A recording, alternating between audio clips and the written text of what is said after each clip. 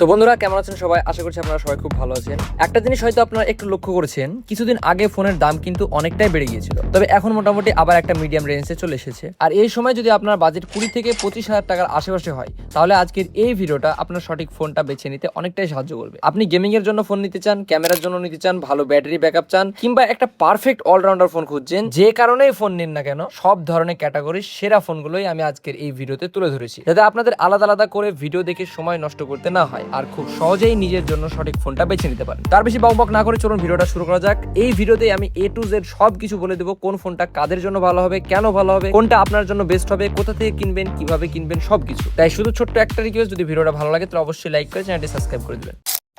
তো বন্ধুরা, আমাদের আজকের লিস্টে 3 নম্বর যে ফোনটি রেখেছি, এটা হয়তো সবার জন্য নয়, কিন্তু অনেক মানুষের জন্য এটা হতে পারে পারফেক্ট চয়েস। দেখুন, আমাদের মধ্যে এমন অনেকেই আছেন যারা সকালে ফোন চার্জে লাগিয়ে বের হন আর দুপুরের মধ্যেই ব্যাটারি 20 থেকে 30% হয়ে যায়, তারপর সারাদিন পাওয়ার ব্যাংক নিয়ে ঘুরতে হয়। साला ये दुख का खत्म नहीं होता बे।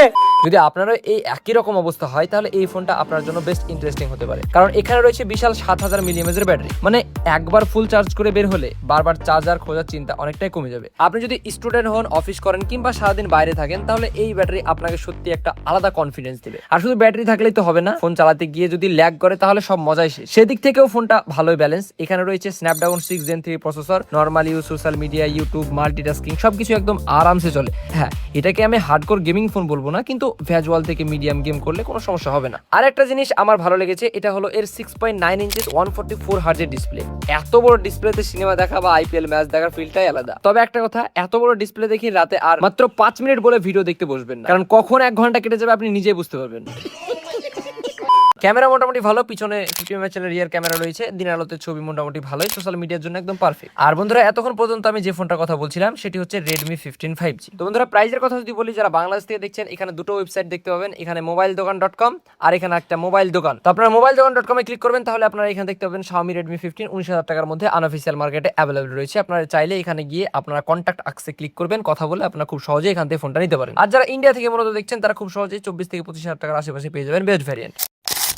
এবার আসি আমাদের আজকের লিস্টের 2 নম্বর ফোনে। আর 2 নম্বর যে ফোনটা রেখেছি, এটা তাদের জন্য যারা ফোন কেনার সময় একটা কথাই বলেন, ভাই ফোনটা যেন কয়েক বছর আরামসে চালাতে পারে। কারণ সত্যি বলতে, শুধু দেখতে সুন্দর হলে তো ফোন ভালো হয় না। 2-3 মাস পর যদি ল্যাগ শুরু হয়ে যায়, গেম খেলতে গিয়ে ফ্রেম ড্রপ হয়, তাহলে তখন কিন্তু আর সেই ফোনকে ভালো লাগে না। এই কারণেই 2 নম্বরে রেখেছি এমন একটি ফোন যেটা সবচেয়ে বড় শক্তিশালী পারফরমেন্স। এখানে রয়েছে MediaTek Dimensity 7300 প্রসেসর, যার পারফরমেন্স এই বাজেটে সত্যি অসাধারণ। আপনি যদি BGMI, ফ্রি ফায়ার क्या बोलूं मैं इस पे क्या बोलूं क्या अब मैं इस पे একদম হাই এফপিএস এ স্মুথ সেটিংসে খেলতে চান, তবুও পেয়ে যাবেন কোনো রকম কোনো সমস্যা ছাড়াই। মানে হিটিং কন্ট্রোলও খুব সুন্দর থাকে, আবার এফপিএসও স্টেবল থাকে। আপনাদের সামনে গেম প্লে দেখাচ্ছি, দেখলেই বুঝতে পারবেন ক্লিয়ারিটি এবং মুভমেন্ট স্পিডটা কতটা সুন্দর এই ফোনটা। আর একটা জিনিস আমি সবসময় বলি, শুধু প্রসেসর ভালো হলেই হবে না, ব্যাটারিও ভালো হতে হবে। কারণ গেম খেলতে খেলতে যদি ফোন বন্ধ হয়ে যায়, তখন কিন্তু পুরো মুডটাই অফ হয়ে যায়, তখন আপনি রেগে এটাও বলতে পারেন।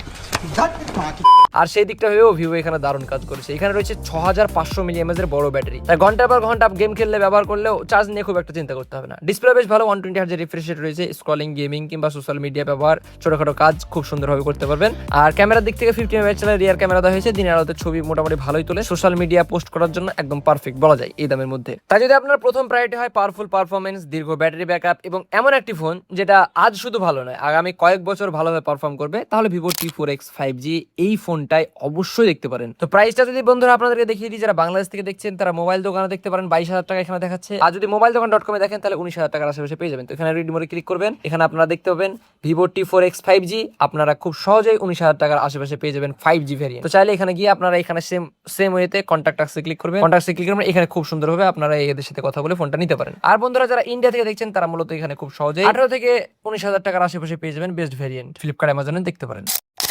এবার আসি বন্ধুরা আমাদের আজকের লিস্টের 1 নম্বর ফোনে। আমার মতে এই বাজেটে সবচেয়ে কমপ্লিট প্যাকেজ এই ফোনটি। দেখুন, একটা ফোন কেনার সময় কিন্তু সবাই একই জিনিস খোঁজেন না, কেউ গেমিং দেখেন, কেউ ক্যামেরা, কেউ আবার ব্যাটারি। কিন্তু আপনি যদি এমন একজন হন যিনি বলেন, ভাই এমন একটি ফোন চাই যেখানে সবকিছু ভালো থাকবে, তাহলে এই ফোনটা আপনার জন্য। কারণ এই ফোনটা কোনো একটা দিক থেকে ভালো নয়, প্রায় সব দিক থেকে ভালো। ফোনটার কথা বলার আগে একটা ছোট্ট কথা বলি বন্ধুরা, আমার এই ছোট্ট চ্যানেলকে আপনারা যেভাবে সাপোর্ট দেন, সত্যি আমি আপনাদের কাছে অনেক কৃতজ্ঞ। আমি সবসময় চাই যেন আপনারা কষ্টের টাকায় একটি সঠিক সিদ্ধান্ত নিয়ে একটি ভালো ফোন কিনতে পারেন। আর সেই কারণে আমি মূলত এই ভিডিওগুলো তৈরি করি, যাতে আপনার ফোন কেনার সময় সঠিক সিদ্ধান্ত নিতে পারেন এবং আপনার কষ্টের টাকাটা যেন ভুল জায়গায় খরচ না হয়। তো বন্ধুরা, ভিডিওটা দেখে যদি আপনি একটু হলে উপকৃত হয়ে থাকেন তাহলে একটি লাইক করে অবশ্যই চ্যানেলটি সাবস্ক্রাইব করে দিবেন। আপনাদের এই ছোট্ট সাপোর্টটাই আমার কাছে অনেক বড় মোটিভেশন। এবার আসি 1 নম্বর ফোনটার কথায়।